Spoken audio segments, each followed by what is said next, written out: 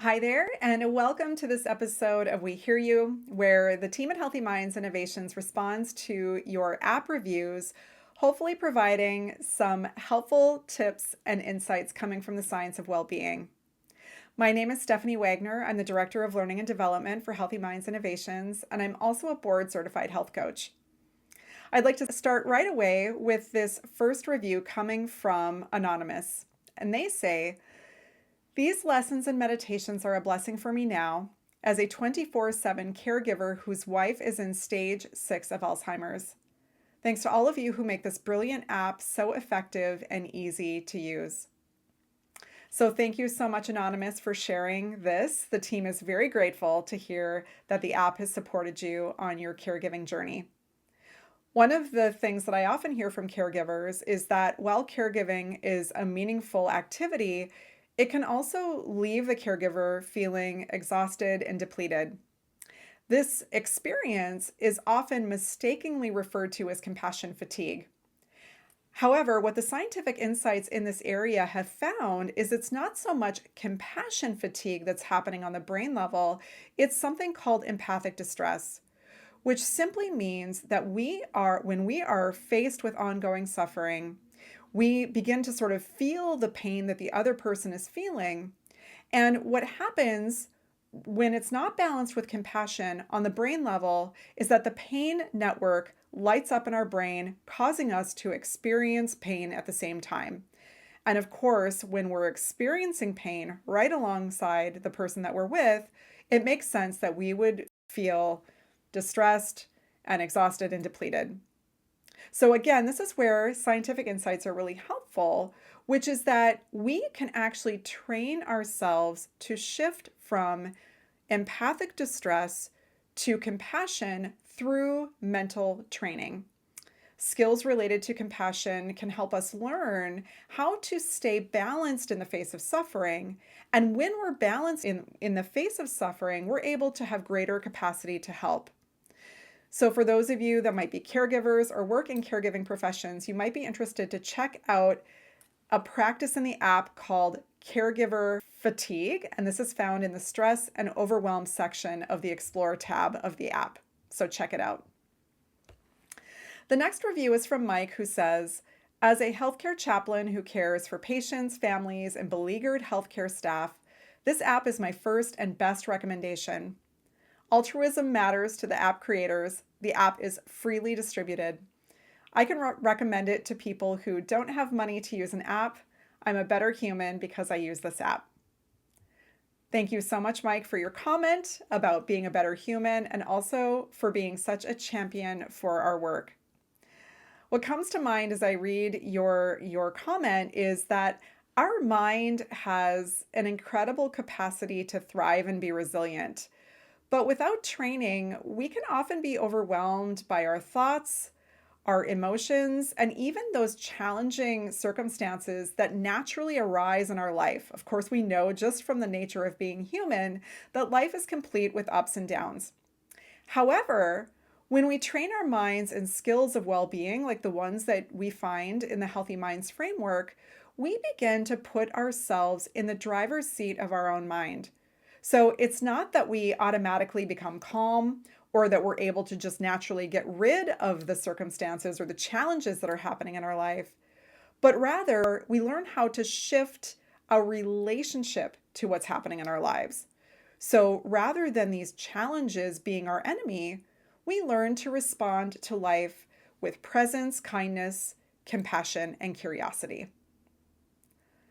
The next review is from Jay, who says, I rarely ever give 5 stars, but Healthy Minds is the best meditation app out there.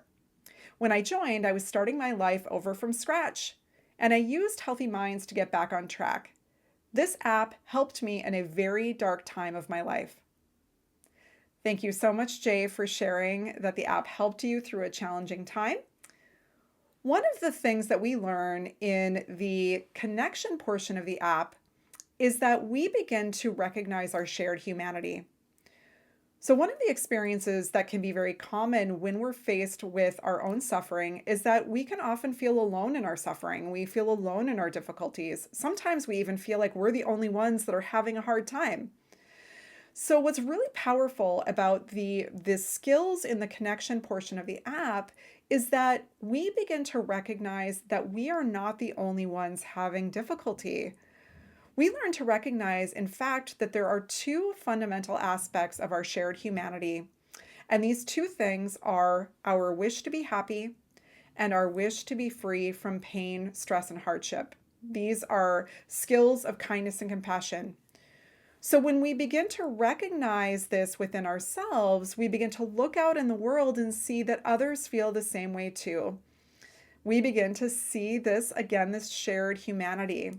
We're no longer alone in our suffering. And we may even, through the recognition that we're not alone, feel motivated to help others as we're able. The final testimonial I'd like to share today is from Scott, who says, 8 months ago, I had a nasty fall that left me with a broken arm requiring surgery. This morning, the weather conditions were similar to the conditions when I had my accident. This brought on anxiety. But during the walk, I was able to put past lessons to practice and be curious about the anxiety I was experiencing. It helped.